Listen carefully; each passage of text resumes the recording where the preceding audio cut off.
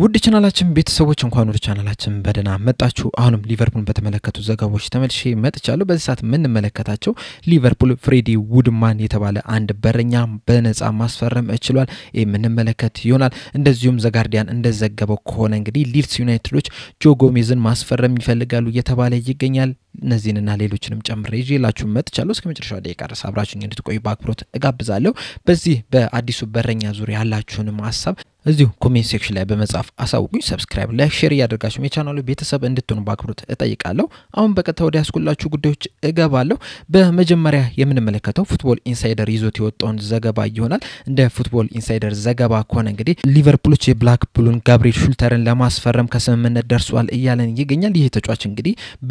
ግራ ክንፍ ላይ መጫወት የሚችል ተጫዋች ነው። ገና 16 አመት ነው። እንደዛም ሆኖ ግን በጣም ጥሩ እንቅስቃሴን ያደረገ ያለ ተጫዋች ነው። ሊቨርፑል እንግዲህ ሁሉ ጊዜም እንደሚያደርገው ለዋናው ቲም የሚሆኑ ተጫዋቾችን ያመጣል። ከዛ በኋላ ደግሞ ለአካዳሚም የሚሆኑ ተጫዋቾችን ሲያስፈርም ተመልክተናል። በዚህ ክረምት ራሱ የተለያዩ ተጫዋቾችን ወደ ሊቨርፑል አካዳሚ እየቀላቀለ ነው የሚገኘው።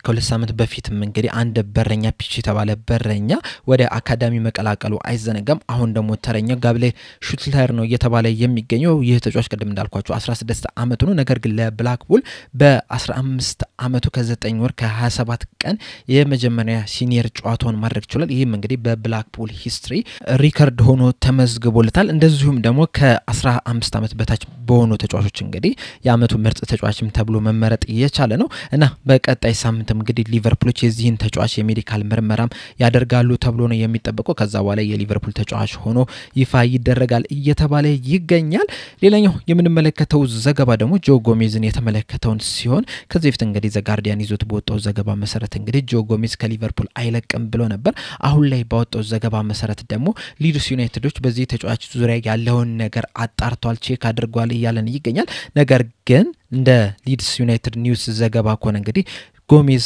ከሊቨርፑል መልቀቅ አይፈልግም፣ በሊቨርፑል መቆየት ይፈልጋል። እንደዚሁም ደግሞ ሊቨርፑሎችም ጆ ጎሜዝ በሊቨርፑል እንዲቆይ ይፈልጋሉ ነው እያለን የሚገኘው። ዘገባውም አያይዞም እንግዲህ አሰልጣኝ አርነ ስሎትም ቢቆይ ደስተኛ ናቸው የሚሆኑት ነው እያለን የሚገኘው። በተለይ ደግሞ ጀራልድ ኳንዛ ሊቨርፑልን መልቀቁን ተከትሎ እንግዲህ ብዙ ለውጦች በተከላካይ ስፍራው ላይ እንዳይኖር ጆ ጎሜዝ በሊቨርፑል የመቆየት ቻንሱ በጣም እየሰፋ ነው እየተባለ የሚገኘው። ጆ ጎሜዝም እንግዲህ በቀጣይ ሲዝን በሊቨርፑል ዋናው ስኳድ ላይ እንግዲህ ሰብሮ ለመግባት ከፍተኛ ጥረት ያደርጋል ተብሎ ነው የሚጠበቀው። እንደሚታወቀው እንግዲህ ባለፈው የ2024-25 የውድድር ዘመን እንግዲህ በጉዳት ምክንያት ብዙ ጨዋታዎችን ማድረግ አልቻለም። አሁን ግን ከጉዳት አገግሞ ወደ ጨዋታ ተመልሷልና በቀጣይ ሲዝን በዚህ በቀድሞ ውድድር ዝግጅትም እንግዲህ ጠንካራ እንቅስቃሴ አድርጎ በቀጣይ ሲዝን ዋናው የቨርጂል ቫን ዳይክ አጣማሪ ለመሆን እንግዲህ ከፍተኛ ጥረት ያደርጋል ነው እየተባለ የሚገኘው። በተጨማሪም እንግዲህ የኢብራሂሞ ኮናቴ ጉዳይ እስካሁን ድረስ አለየለትምና ምናልባትም እንግዲህ ኢብራሂሞ ኮናቴ ከሊቨርፑል የሚለቅ ከሆነ ውሉን የማያራዝም ከሆነ ከፍተኛ ድርሻ ሊወጣ ይችላል ጆ ጎሜዝ። በተጨማሪም እንደሚታወቀው እንግዲህ ቀጣይ ሲዝን ላይ ዲሴምበርና ጃንዋሪ ላይ እንግዲህ የአፍሪካ ዋንጫዎች ጨዋታዎች ይደረጋሉ ነው። በዛም ምክንያት እንግዲህ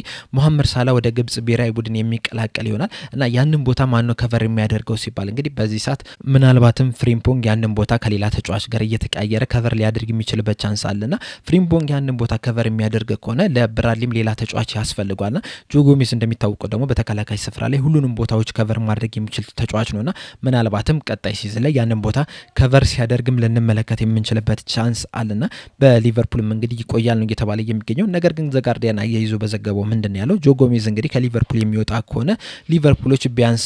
ከዚህ ተጫዋች 30 ሚሊዮን ፓውንድ ይፈልጋሉ ነው እየተባለ የሚገኘው። ነገር ግን በዚህ ሰዓት ላይ ባሉ መረጃዎች መሰረት እንግዲህ ሊቨርፑልን ይለቃል ተብሎ አይጠበቅም። ሌላኛው የምንመለከተው ዘገባ ደግሞ ሃርቪ ዴቪስ እና ፍሬዲ ውድማንን የተመለከተውን ዘገባ ይሆናል። እነዚህ ሁለት በረኞች እንግዲህ ከሊቨርፑል አንደኛው ሲለቅ አንደኛው ደግሞ ወደ ሊቨርፑል ተቀላቅሏል። በመጀመሪያም ሊቨርፑልን የለቀቀውን ተጫዋች ስንመለከተው ሃርቪ ዴቪስ ነው። ሃርቪ ዴቪስ እንግዲህ በዚህ ሰዓት 21 አመት ወጣት በረኛ ነውና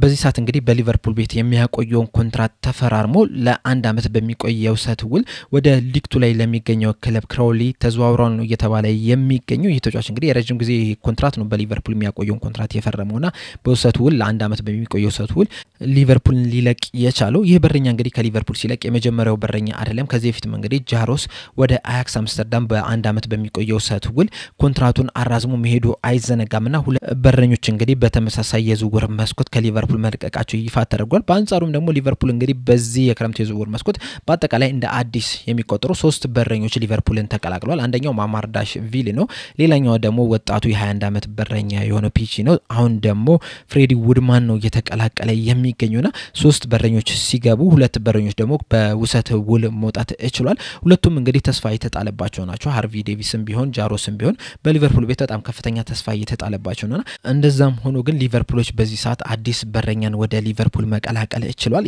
በረኛ እንግዲህ ፍሬዲ ውድማን የተባለው ነው ይህ በረኛ እንግዲህ ከፕሪስተን ኖርዝ ኤንድ ነው በነጻ ዝውውር ወደ ሊቨርፑልን መቀላቀል የቻለው በሚቀጥለው ሲዝንም እንግዲህ የሊቨርፑል ሶስተኛ ግብ ጠባቂ ሆኖ ያገለግላል ነው እየተባለ የሚገኘው ከዚህ በፊት እንግዲህ ምናልባትም ፔቺ የሊቨርፑል ሶስተኛ ግብ ጠባቂ ሊሆን ይችላል ተብሎ ሲጠበቅ ነበር ነገር ግን ገና ወጣት ከመሆኑ አንፃር እንደዚሁም ደግሞ ለአንደር 21 ከመፈረሙ አንፃር እንግዲህ ለሊቨርፑል ሶስተኛ ግብ ጠባቂ አይሆንም ተብሏል ነገር ግን ከሊቨርፑል ዋና በረኞች ጋር አብሮ ትሬኒንግ ያደርጋል ተብሎ ነው የሚጠበቀው ይህ በረኛ እንግዲህ በፕሪስተን ኖርዝ ኤንድ 3 አመታትን መቆየት ይችላል በእነዚህ 3 አመታት ደግሞ 138 ጨዋታዎችን ማድረግ የቻለ በረኛ ነው እንደዚሁም ደግሞ በ2022-23 የውድድር ዘመንም እንግዲህ የፕሪስተን ኖርዝ ኤንድ የአመቱ ምርጥ ተጫዋች የሚል ሽልማትን ማግኘት ይችላል ከዚህ በፊትም እንግዲህ ከፕሪስተን ኖርዝ ኤንድ በፊትም እንግዲህ ለኒውካስል ለስዋንሲ ሲቲ እና ለኪልሞርኖክ መጫወት የቻለ በረኛም ጭምር ነው ይህ በረኛ እንግዲህ ወደ ሊቨርፑል ሲመጣ ሌላኛው ጥቅሙ ምንድነው ከሶስተኛ በረኛነቱ በተጨማሪም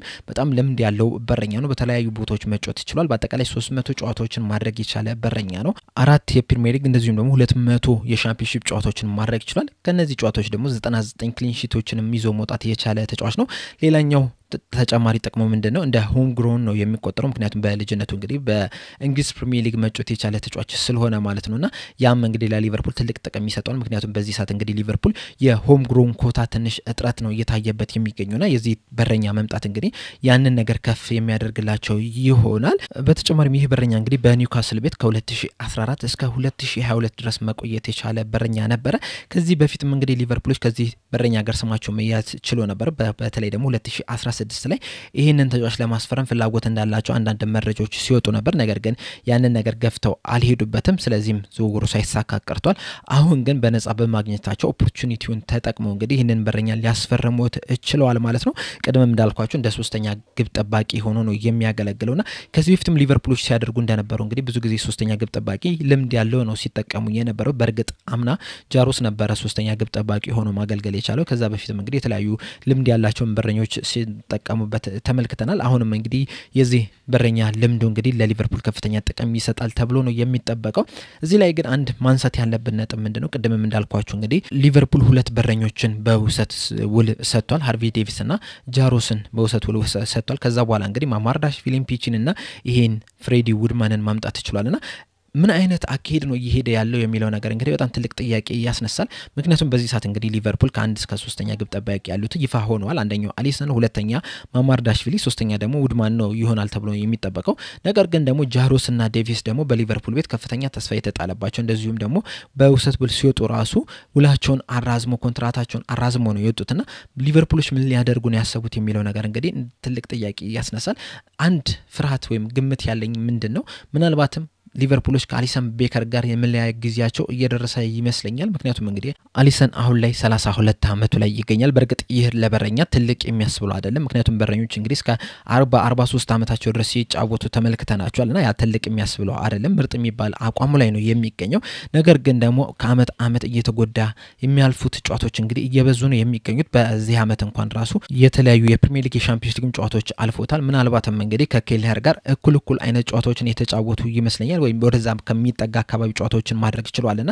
እንደዚህ ጉዳቱ የሚያስቸግረው ከሆነ ተደጋጋሚ የተለያዩ ጨዋታዎች በዛ ያሉ ጨዋታዎች የሚያመልጡት ከሆነ ምናልባትም ሊቨርፑሎች ከዚህ በረኛ ጋር ሊለያዩ የሚችሉበት ቻንስ አለ አሁን ለቀጣይ አመት እንግዲህ በተመሳሳይ ከ20 በላይ ጨዋታዎች የሚያመልጡት ከሆነ ከዛ በኋላ በሚመጣው ሲዝንም እንደዚሁ በተመሳሳይ መልኩ ከ20 ጨዋታዎች በላይ የሚያመልጡት ከሆነ በጉዳት ምክንያት ምናልባትም ሊቨርፑሎች ከአሊሰን ቤከር ጋር ሊለያዩ የሚችሉበት ቻንስ አለና ለወደፊቱም እንግዲህ ሊቨርፑል የራሱን ተተኪ እያዘጋጀ ይመስለኛል አሁን ላይ እንግዲህ ማማርዳሽቪሊ የአሊሰን ቤከር ተተኪ ይሆናል ተብሎ ነው የሚጠበቀው ለረጅም አመታት ከዛ በኋላ እንግዲህ ወይ ጃሮስ ወይ ዴቪስ ሁለተኛ ግብ ጠባቂ ይሆናሉ ተብሎ ነው የሚገመተው በዚህ ሰዓት ላይ ምናልባት ከአሊሰን ቤከር ጋር የሚለያዩ ከሆነና ምናልባትም እንግዲህ ከአሊሰን ቤከር በኋላ ላለው ዘመን ራሱ ሊቨርፑሎች እየተዘጋጁ ነው የሚመስለው በዚህ ሰዓት ምንድነው ያላችሁ የናንተስ ሐሳብ የሚለው ነገር ኮሜንት ሴክሽን ላይ በመጻፍ አሳውቁኝ በርግጥ አሊሰን ቤከር ለረጅም አመታት ከዚህ በኋላ ቢቆይ ራሱ በጣም ደስ ይለኛል ምናልባትም 2-3 አመት በቋሚነት ቀጥሎ ከዛ በኋላ እንግዲህ ወንደ ሁለተኛ ግብ ጠባቂ ወይም ሶስተኛ ግብ ጠባቂ ብንዞም ብዬ ነው የማስበው ምክንያቱም